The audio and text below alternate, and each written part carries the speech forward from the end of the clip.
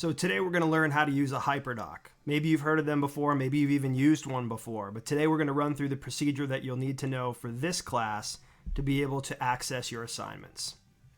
All right, so the first thing we want to do is go to Google Classroom, and this is where you get to the dashboard where you find all of the different courses that you're enrolled in. So in this case, we're just going to click on the World 2 class for an example. And this area that you first see here is called the stream, and the stream is where you're going to find up-to-date announcements and also links to recorded class videos. If I post new assignments, it will also tell you about it in the stream, but really where you want to go to get to your assignments is classwork. So if you click up here on classwork, you'll see there's an assignment for each unit that we do in the class. And so in this case, I'm just going to click on Unit 1, Renaissance and Reformation. And right here, you'll see the assignment. It says Hyperdoc Unit 1. So you want to click on that.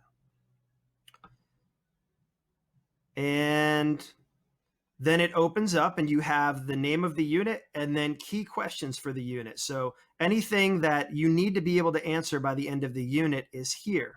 Sometimes you'll see different questions highlighted in different colors because that might be what we're emphasizing that week. So all of these questions are questions that by the time we get to the assessment or the test at the end of the unit, you should be able to answer these questions. Right? What you'll see when we get here is that this note says all documents are read only. To edit a document, click File, Make a Copy, and I'll show you how to do that in just a minute. So what you're going to see here in this part of the Hyperdoc, really just to explain what a Hyperdoc is. A Hyperdoc is just a Google document that has a bunch of active links in it.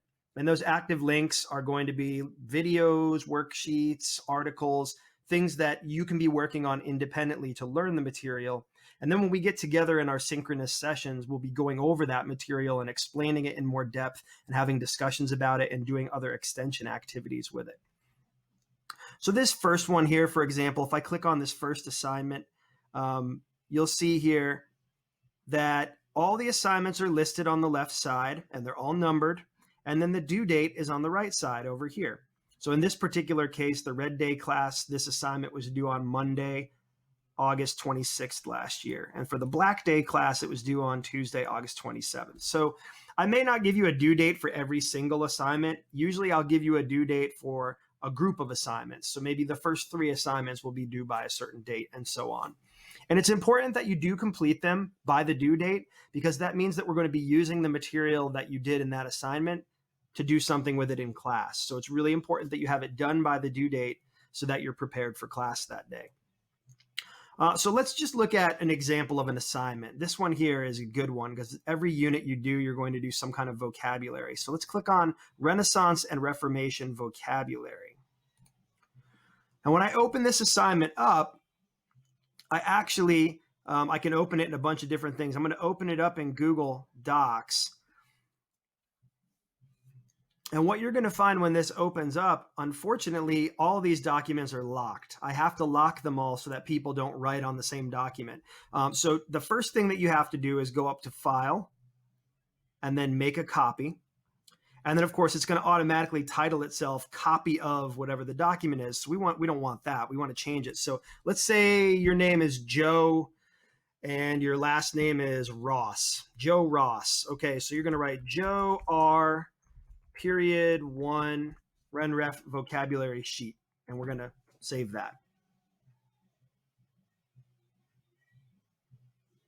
And the reason it's important to label it with your name is that when you turn it in later, if it just says copy of RenRev vocabulary sheet and I get 30 of those, it's going to be really hard for me to figure out who's submitting it. All right, so very important that you label it with your first name and last initial at the very least, the period class that you're in, and then have the title of whatever the document is there.